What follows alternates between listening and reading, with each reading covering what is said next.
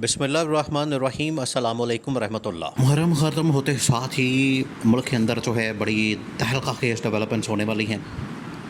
इमरान ख़ान की रिहाई जो है वो बिल्कुल होने वाली है, क्योंकि इमरान ख़ान के ऊपर जितने मुकदमात थे, जिसके अंदर बड़े जो मुकदमात जिसमें इमरान ख़ान को सज़ाएँ सुनाई गई थी, तकरीबन को 50-60 साल की टोटल। उम्र कैद की सज़ा भी 14 साल की होती है, और यहाँ तो 50-60 साल की कैदें जो है वो इमरान ख़ान को सज़ा सुना दी गई। ये जो साइफ़र तोशाखाना और निकाह केस था, किसी के अंदर 15 साल, किसी के अंदर 20 साल, 25 साल, ऐसे करके तो इन्होंने तमाशा बना दिया। तो जैसे ये केसेस चले थे वैसे ही वो केसेस ख़त्म भी हो गए। अब ये जो उसके बाद बड़ी बड़ी डेवलपमेंट्स होनी है, उसके अंदर इमरान ख़ान की रिहाई के साथ इमरान ख़ान को हुकूमत बनाने की ऑफ़र, और शहबाज शरीफ को घर भेज के इस्तीफ़ा लेके घर भेज के असम्बलियों को या तो ख़त्म करना है या इसी असम्बली के अंदर इमरान ख़ान को मैंडेट दे के हुकूमत देनी है। तो अब ये मामला बड़ा अहम तरीन हो गया। अब ये सब कुछ कैसे होना है,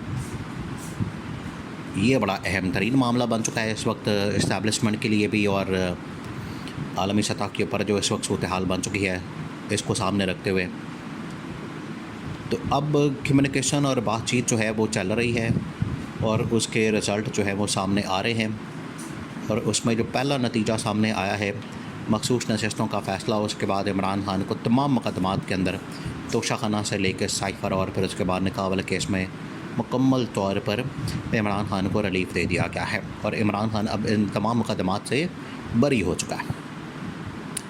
दूसरा ये कि अब शहबाज शरीफ को बता दिया गया है कि ये जो शहबाज शरीफ ने जाके मरी के अंदर नवाज़ शरीफ के साथ मुलाकात की, नवाज़ शरीफ ने भी हाथ खींच लिया। नवाज़ शरीफ ने कहा है कि अगर तुम्हें सपोर्ट नहीं है, ना अदलिया से सपोर्ट है, ना इस्टेब्लिशमेंट से सपोर्ट है, तो तू इत्थे की छनकना लैन बैठा है, अंब लैन बैठा है।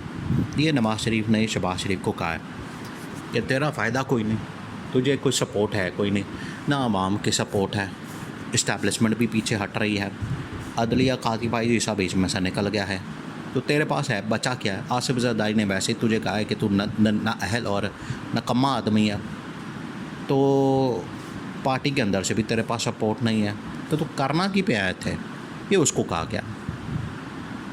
तू ना 9 च ना 13 च। तो ये जब नवाज़ शरीफ ने उसको कहा है, तो शहबाज शरीफ ने वहाँ पर पहले तो इस्तीफ़े की ऑफ़र कर दी है। शहबाज शरीफ ने कहा है कि लो ऐप पे आ जाए, मेरा इस्तीफ़ा मैंने लिख के रख लिया, मैंने जेब में डाल दिया, जब आप कहेंगे मैं इस्तीफ़ा आपको दे दूँगा। तो नवाज़ शरीफ ने कहा चुप करके बह जाए, नहीं तो बड़का ना मार, ये जो बढ़ के मारनी है अवाम के सामने जाके मारा करो, मेरे सामने ना बढ़ के मारा करो। मैं तुम्हारी औकात को जानता हूँ, मैं बड़ी अच्छे तरीके से तुम्हें जानता हूँ, मैं तब से तुम्हें जानता हूँ जब तुम्हें सही तरह से, अभी बचपन से मैं तुम्हें जानता हूँ। शहबाज शरीफ को नवाज़ शरीफ ने कहा, तो बहुता बनने की ज़रूरत नहीं। तो ये उसने अब सारे मामलात जो है वो खोल के रख दिए हैं। अब शहबाज शरीफ की सपोर्ट कैसे ख़त्म हुई? शहबाज शरीफ ने असल में जो अपने आप को बड़ा एक तीसमार खान और तुरम खान साबित किया हुआ था पंजाब के अंदर पिछले 10 साल से, और अपने आप को बहुत बड़ा कोई समझा हुआ था कि मैं बहुत बड़ा कोई काम करने वाला, और मैं पता नहीं क्या ऐसे जादूगर किस्म का, मैं बाजीगर किस्म का, मैं पता नहीं किस किस्म का आदमी हूँ कि मैं ऐसे ही पलक झपकते ही पंजाब ठीक कर दूँगा। हालत ये है कि पंजाब आज भी, लाहौर आज भी डूबा होता है, और हल्की सी बारिश हो जाए पूरा लाहौर डूब जाता है।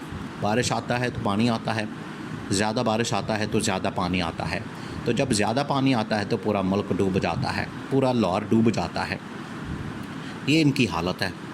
आज भी मरीम नवाज़ इंतज़ार कर रही है कि छप्पड़ बने लाहौर, मैं बाहर निकलूँ, मैं तस्वीरें बनाऊँ अपने चाचे की तरह, और वही उनका रंडी रोना स्यापा और इनका जो है वही ड्रामा वही चल रहा है। पहले चाचा लगा हुआ था, चाचा ख़त्म हो गया तो भतीजी आ गई है, वही स्यापा है। छप्पड़ में खड़े होके ऊँचे लम्बे बूट पहन के और चलो जी तस्वीरें बना के घर चले जाते।